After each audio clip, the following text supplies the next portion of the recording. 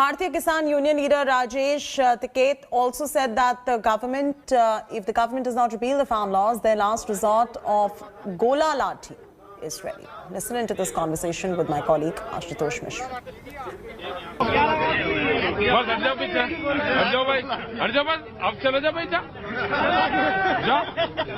ये है गोला लाठी। इसका एक मिनट, इसका इस्तेमाल गुरिल्ला युद्ध में होता था। खाप पंचायत का ये बेस्ट हथियार था। रस्सी और डंडा ये रहा। अब ये खोलना चाहा तो ये खोल नहीं सकता। ले भाई, तो आप सरकार को इसी मुद्रा में रोकना चाहते हैं? हम तो ये कह रहे हैं कि ये भी हथियार है हमारे पे। ये तो सिखाया, ये भूल गए थे बच्चे। ये सिखाया, ये रहा।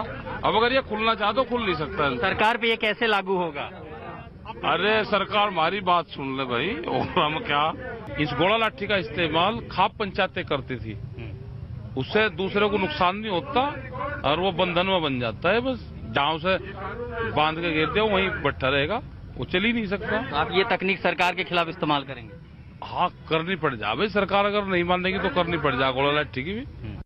In the midst of the farmers intensifying the agitation, BJP ally and Haryana Deputy Chief Minister Dushyant Chautala has hinted that next round of talks between farmers and centre could be held soon, asserting that he is going to ensure that MSP continues. Chautala expressed hope that talks between farmers and central government is going to be held in the next 24 to 40 hours. The comments came after Chautala's meeting with Union Minister Narendra Singh Tomar and Rajnath Singh. Remember, Chautala had earlier stated that he's going to resign from the post of Deputy CM if he fails to secure MSP for farmers. Haryana-based farmer groups met Agriculture Minister last evening to express support for the amendments proposed by the centre. They've appealed to the government to not withdraw the recently passed laws. जो उनके सुझाव थे, केंद्र ने लिखित में अधिकतम मानने का काम किया है।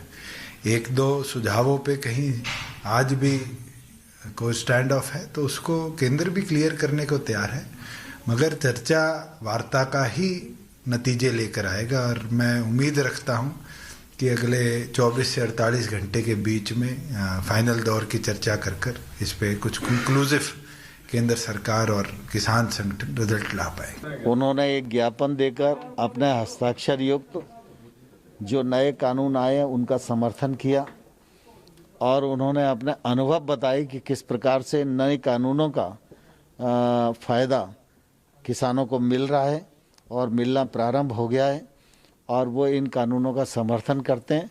मैं इस अवसर पर उन सभी किसान बंधुओं का हृदय से कृषि मंत्रालय की ओर से बहुत बहुत स्वागत करता हूं। अगर वो हमें बैठक के लिए बुलाते हैं, हम बैठक में जाएंगे और जो और कमियां हैं जहाँ और उसमें जो क्लाज है जो हमारे खिलाफ है, जो किसानी को ख़त्म करना चाहते हैं, हम उस पर भी किंतु परंतु करेंगे। इतने करेंगे कि जितने उसके क्लॉज हैं उन क्लॉज को ख़त्म कराने की बात करेंगे।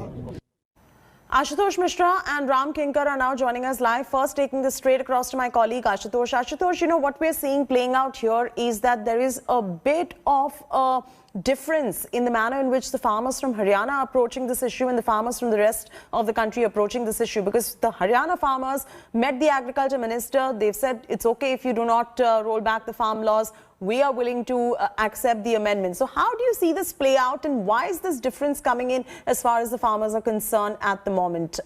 Because somewhere the centre is going to be viewing them as not speaking in one language then. Well, I put this question directly to the Bharatiya Kisan Union President Rakesh Tikait, and where he said clearly that there are sections which are, withdrawing their agitation.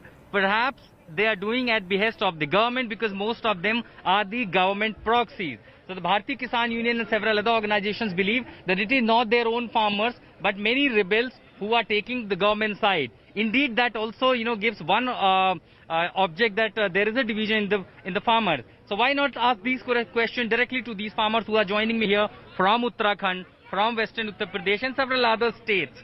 अगर कुछ लोग वापस जा रहे हैं, जैसे हरियाणा के कुछ किसान मिले, नोएडा के जो किसान थे उन्होंने राजनाथ सिंह से मुलाकात की, वो उन्होंने नोएडा बॉर्डर छोड़ दिया, चिल्ला छोड़ दिया। ये मैसेज क्यों जा रहा है कि किसानों के अंदर एकता नहीं है और किसान अलग अलग खेमों में बट गए हैं? 250 251 की रसीद कटते ही संगठन बनाया, अपना कोई बना ले अपने घर। इन्होंने तो बनवा रखे हैं भाजपा वालों ने, बुला लिए, उठा दिए, किसान नहीं जा रहा है। आपके 3 सवाल है कि किसान कमा रहा, रेल खोल दो, जांच पड़ जाएगी, सरकार बैलेट से चुनाव करा दे, जांच पड़ जाएगी, और निजीकरण कर रहा सब चीज का, प्रधानमंत्री की कुर्सी का भी कर दे, राष्ट्रपति अंबानी और अडानी प्रधानमंत्री, काम खत्म हो जाएगा। रेल बेच दी, तेल बेच दिया, एयरपोर्ट बेच दिया, अब किसान को बेच रहे हैं। अरे क्यों झूठ बोल रहे हो? लाइव डिबेट सरकार कह रही है कि किसान समझ नहीं पा रहे हैं अपना फायदा, उनकी जो नीयत है वो है किसानों का भला करने की, ताकि एमएसपी मिले, किसानों को प्राइवेट प्लेयर ज्यादा मिले, बाजार का जो दायरा है वो बड़ा हो, क्योंकि किसान ही सालों से मांग करते रहे कि ज्यादा एमएसपी के लिए उन्हें मार्केट का दायरा बड़ा करना होगा। ऐसा है जी, सरकार है अपने घमंड में पूरे में। अगर किसानों के अगर फायदा में के 3 अध्यादेश होते तो लाखों की संख्या में किसान ही आना होता। अभी 2 मिनट पहले आपने क्वेश्चन किया कि वहां से किसान उठ गए, वो किसान नहीं है, वो फर्जी संगठन बने हुए हैं, और वो किसानों के जो है अगर हक की लड़ाई लड़ते तो जब तक किसानों के हक में, जब उन्होंने या तो धरना देना नहीं चाहिए था और दिया था, तो जब तक किसानों के हक में कोई निर्णय ना लेती सरकार, जब तक उनको उठना ही नहीं चाहिए था। इसलिए फिर ये सवाल भी उठता है, मैं आता हूं आपके पास, कि ये संगठन में सिर्फ और सिर्फ क्या पंजाब और हरियाणा और पश्चिम उत्तर प्रदेश के किसान हैं? नहीं, पूरे देश के किसान है, पूरे देश। रेल वगैरह अगर आज खोल दी जाए तो पूरा देश यहाँ होगा। बाकी के राज्यों में अगर चलिए यहाँ नहीं पहुँच रहे, बाकी के राज्यों में उस तरह के आंदोलन तो नहीं हो रहे। सरकार दिल्ली में है, आंदोलन कहाँ होंगे? आंदोलन भी था दिल्ली के बॉर्डर पर, अंदर जाने दो, सरकार रेल खोल दो, जनता पूरे देश का किसान यहीं होगा। लेकिन कुल मिला के फिर सवाल वहीं पर जाता है। आज 18वां दिन है, राष्ट्रीय राजमार्ग बंद है, 3 जगहों पर किसान डटे हुए हैं, तो रास्ता कैसे निकलेगा? क्या किसान बातचीत के लिए तैयार नहीं हो सकते कि जो संशोधन है पहले वहां तक बात हो जाए? देखिए, पहला आंदोलन है इस देश में 72 साल में जो किसी चीज को ना लेने के लिए हो रहा। नहीं, हमेशा मांगते थे ये दे दो, ये दे दो, ये दे दो। हम कह रहे जो दे रहे हो हमें फांसी मुद्दे से उल्टी ले लो। ये अमित शाह जी ने, मोदी जी ने अडानी अंबानी से सौदा करके कोरोना काल में। ये लग रहा है कि अवामपंथी जो संगठन है वो किसान में आज तक वाले सुन लो, पूरी बात सुन लो मेरी।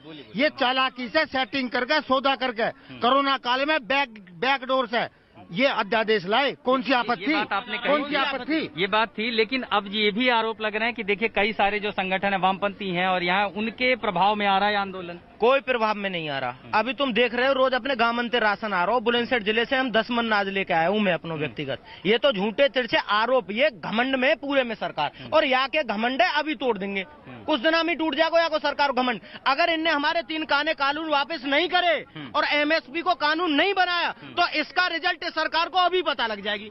बड़ी बात। The warning is very clear from the farmers. Chaiti, you hearing that there miracle could be playing at behest of the government. Secondly, because of the obstruction in the public movement, farmers are not really able to reach the national capital. But those who are here are not going to go back until the laws are withdrawn by the government. Indeed, absolutely, Ashutosh, getting us the voice of the farmer right there, getting us the ground report in terms of what the stance really looks like. Big breaking news coming in at this point of time.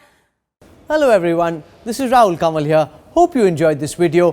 For the latest news and analysis, like and subscribe the India Today YouTube channel and don't forget to press the bell icon to stay updated.